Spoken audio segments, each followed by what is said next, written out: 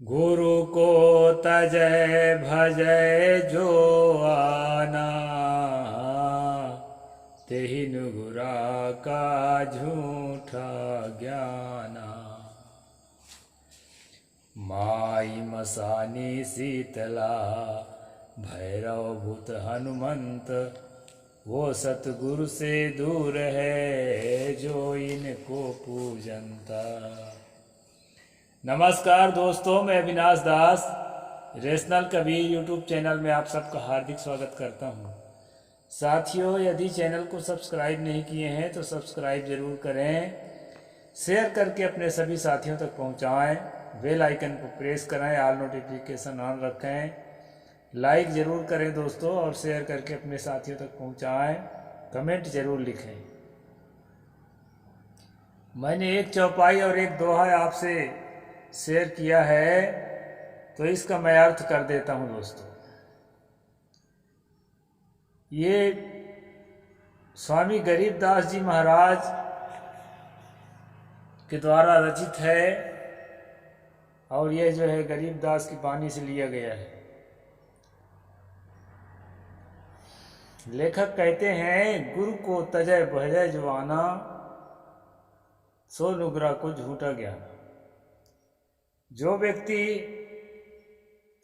प्रत्यक्ष अपने गुरु को, अपने मार्गदाता को, जिससे वह सीखता है, समझता है, संसार को जानता है, स्वयं को जानता है, अपनी बुराइयों को जानता है, अपने बुराइयों के सुधार की प्रक्रिया को समझता है,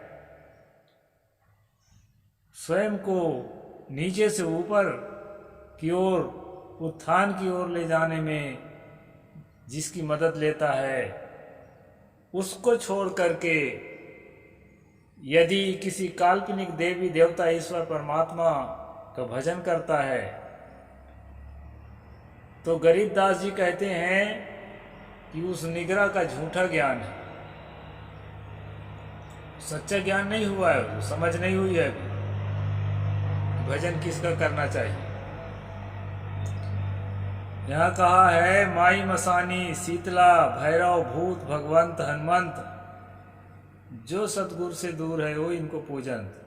जो तमाम तरह से देवी देवता का स्थापना करता है, हनुमान का स्थापना करता है, दुर्गा का स्थापना करता है, शीतला का स्थापना करता है, भैरव बाबा का स्थापना करता है, हनुमान का स्थापना करता है, इस प्रकार के आदमी जो मनगढ़ंत चीज़ों का स्थापना करता है, उसके लिए स्वामी गरीबदास जी महाराज कहते हैं कि वो अभी सतगुरु से दूर है। मतलब सच्चा गुरु जो सही ज्ञान दाता है उसको मिला ही नहीं है, और अगर किसी को मिला है और उससे मिलने के बाद भी यही काम कर रहा है, तो समझ लीजिए गुरु तो मिला, लेकिन गुरु से उसको कुछ भी नहीं मिला, यह कुछ भी नहीं ले सका है, खाली का खाली है।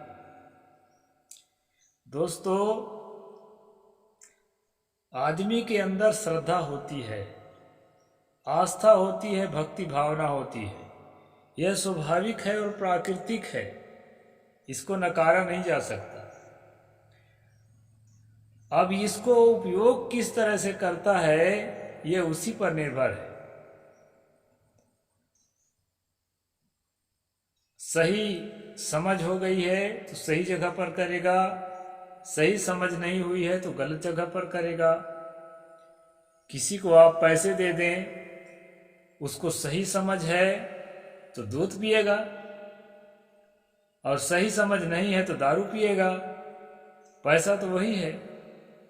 इसी प्रकार दोस्तों, आस्था के साथ, श्रद्धा के साथ भी होता है। आप देखेंगे,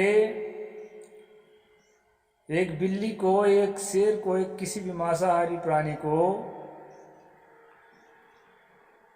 आपको लगता है कि ये तो हिंसक है, क्रूर है, निर्दयी है, इसमें दया प्रेम स्नेह तो कुछ है ही नहीं। लेकिन उसको देखेंगे जब वो अपने लोगों से मिलेगा, अपने बच्चों को मुंह में उसी दांत से उठा कर ले जाएगा, तो उस हिंसक प्राणी के दांत से एक खरोंच भी नहीं लगता है, इतना प्यार से उठा के ले जाता है।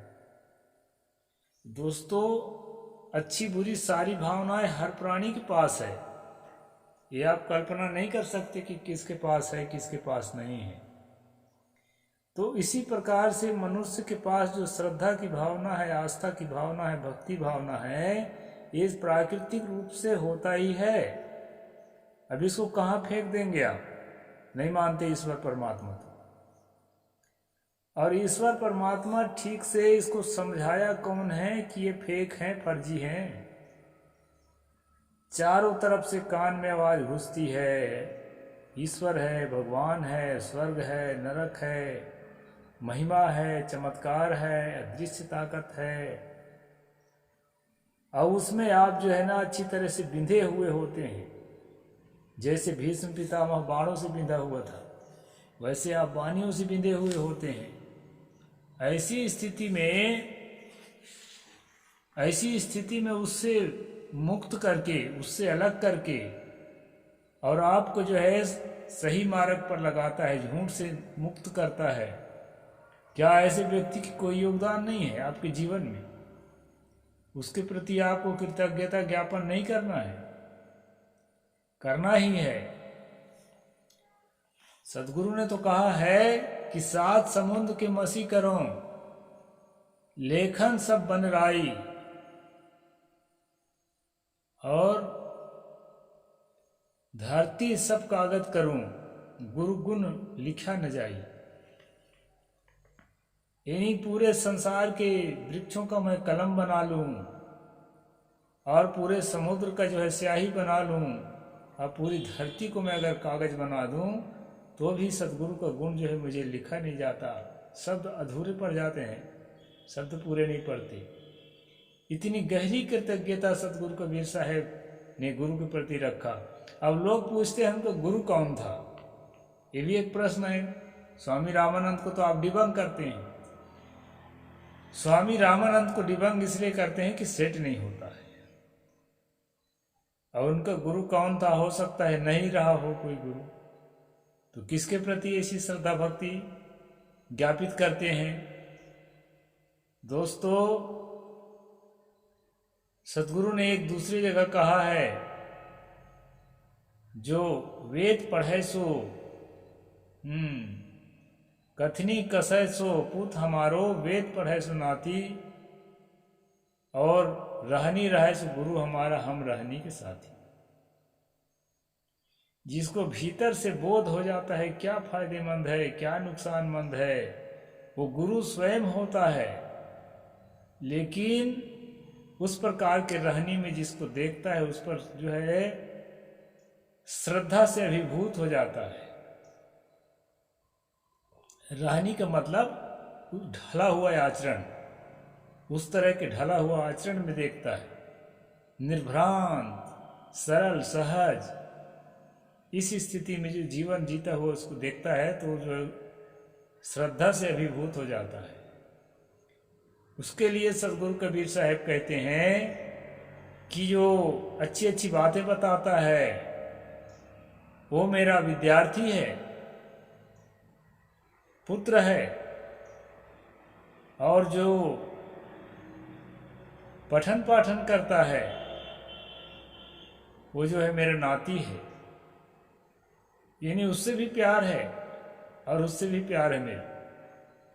पढ़ने वालों से, पढ़ाने वालों से सदगुरु कबीर साहब बहुत प्यार करते हैं, लेकिन सही बात पढ़ाई जाए। और सबसे ज्यादा प्यार किससे करते हैं? रहनी रहे सो गुरु हमारा। जिन अच्छी बातों की शिक्षा दी जाती है, उन अच्छी बातों में ढला हुआ जिसका आचरण है, ढला हुआ आचरण को रहनी कहते हैं कबीर पंथ की भाषा में। तो उन अच्छी बातों में ढला हुआ जिसका जीवन है, जिसका आचरण है, वह व्यक्ति मेरा गुरु है। मेरा ही नहीं, वो गुरु ही है। गुरु एक तत्व है, गुरु एक गुरुता एक जो है तत्व है, जो मनुष्य के जीवन का अंग है, परिपक्वता का एक परिचय है। एक परिपक्व व्यक्ति, एक सहज व्यक्ति, एक सरल व्यक्ति, एक आत्मनिष्ठ व्यक्ति, वो अपने आप में गुरु होता है। उसके निकट जो भी जाएगा तो अपने जरूरत की चीज उसको मिल जाएगी। जरूरत की चीज़ के मतलब ये नहीं है कि जिसको दारू पीना है तो दारू मिल, जिसको दूध पीना है तो दूध मिल जाएगा। समझ मिलेगी, समझ विकसित होगी। समझ और रहनी, समझ अलग चीज है, रहनी अलग चीज है। समझ ही परिपक्व होकर के जीवन में ढलने के बाद रहनी का रूप धारण कर लेती है। तो इस प्रकार से तो दोस्तों, तमाम तरह के देवी देवता, भूत भवानी, ईश्वर परमात्मा, स्वर्ग नर्क, ये सारी झूठी कल्पनाओं से जब आप अतीत हो जाते हैं, उससे अपने आप को पार कर लेते हैं, तो आपको जो है आत्म की समझ होती है, अपने अंतर अनुभूति की समझ होती है कि आप स्वयं जो है परम सत्य हैं और परम आनंद रूप, सुख रूप हैं। आपके अंदर दुख है ही नहीं। दुख मिटाने की कला जब सीख गए, दुख को मिटा दिए, तो दुख कहाँ बचेगा? फिर तो आप ही बचेंगे ना। तो आप में तो दुख है ही नहीं। उस सहज अवस्था को, उस निर्वाण अवस्था को सिखाने वाला, ध्यान को सिखाने वाला, विपश्यना को सिखाने वाला, जिसकी कृपा से आप इस अवस्था को, संसार के सारे विवशताओं को हटा करके, सारे क्लेश को हटा करके इस अवस्था को प्राप्त किया है, जो आपका लक्ष्य है, वो गुरु जो है, वो मार्गदाता जो है, वही आस्था का केंद्र है। इसको तथागत बुद्ध ने भी कहा है, यम ही धम्मं विजानेय सम्मा संबुद्ध देशितं सक्कच्चं तं नमस्येय अग्निहुतं व ब्राह्मण। ये दोस्तों, इसमें बावन भी है, ब्राह्मण भी है। उस समय कोई अलग टाइप का बावन रहता होगा, क्योंकि विद्वानों का कहना है कि ये जो ब्राह्मणी परंपरा है वर्तमान के, ये बुद्ध काल में थी ही नहीं, ये बहुत बाद में आई है। जो भी हो, लेकिन इतना तो तय है कि तथागत बुद्ध की भाषा में, यहाँ पर इनकी गाथा में जो कही गई है बात, एक निरर्थक नहीं है। उन्होंने कहा कि जिस प्रकार बाभन अपने अग्नि के सामने हाथ में हवि लेकर के, जिस भक्ति भावना से, जिस पवित्र भावना से, जिस आस्था से, जिस श्रद्धा से प्रस्तुत होता है, ठीक उसी गहरी श्रद्धा से, उसी गहरी भावना से तुम्हें उसके सामने प्रस्तुत होना है, सत्कार के साथ उसका सत्कार करते हुए, सक्कच्चम, सत्कार करते हुए उसके सामने पेश होना है, जो सम्यक संबुद्ध द्वारा देशित, यानी पूर्ण सहज अवस्था, निर्वाण अवस्था में पहुंचा हुआ संबुद्ध के द्वारा, बुद्ध के द्वारा कही हुई बातें, जिसके माध्यम से तुमको मिली। मतलब जिस गुरु से, जिस मार्गदाता से, जिस अनुशासता से तुमने ये परम ज्ञान का कला सीखा है, उसके प्रति आस्था और श्रद्धा से पेश हो। जैसे सतगुरु ने कहा कि सब धरती कागज करूं, लेखन सब बन राय, सात समुद्र के मसी करूं, गुरु गुण लिखा न जाए। गुरु की महिमा अनंत है, अनंत किया उपकार, लोचन अनंत उहाड़िया, अनंत दिखा मनहार। तो मार्गदाता ही आस्था का परम केंद्र है दोस्तों। मार्गदाता पर ही आस्था रखना है, और हमारे जीवन में जो आस्था प्रकृति से प्राप्त है वो अनुपयोगी नहीं है, सदुपयोगी है, और उसका जो है उपयोग हम संतों के चरणों में प्रेम, गुरु के चरणों में प्रेम करने के लिए करें, ना कि किसी काल्पनिक अदृश्य शक्ति के लिए।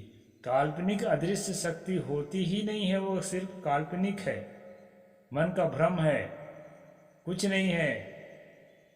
वह परम आनंद, वह परम सुख, जहाँ पर दुख नाम की कोई चीज नहीं है, वो आपके अंदर है, आप में निहित है।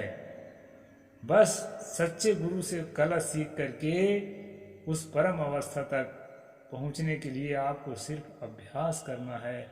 अभ्यास करके वहाँ पर ठहर जाना है, आत्मस्थिति में ठहर जाना है। यही दोस्तों अत्ता ही अत्तनो नाथो को ही नाथो परोसिया। स्वयं ही स्वयं का स्वामी हो, तुम्हारा स्वामी भला कौन हो सकता है। तो इस प्रकार तथागत बुद्ध ने कहा है। अब मैं बुद्धिस्ट नहीं हूं। बौद्धिस्टों को मानना कई जगह भिन्न है, अर्थ भी अलग तरह से करते हैं, तो वो कर सकते हैं और उस पर मेरा कोई कमेंट नहीं है। लेकिन ये परम तथ्य है कि अपने मार्गदाता के प्रति हम आस्था रखें। ऐसा तथागत बुद्ध की परंपरा में थी और स्वामी महावीर की परंपरा में थी और सदगुरु कबीर साहब की परंपरा में तो अभी है ही। तो बस आज इतना ही कहूँगा दोस्तों। साहेब बंदगी। जय भीम, जय जोहार, जय भारत।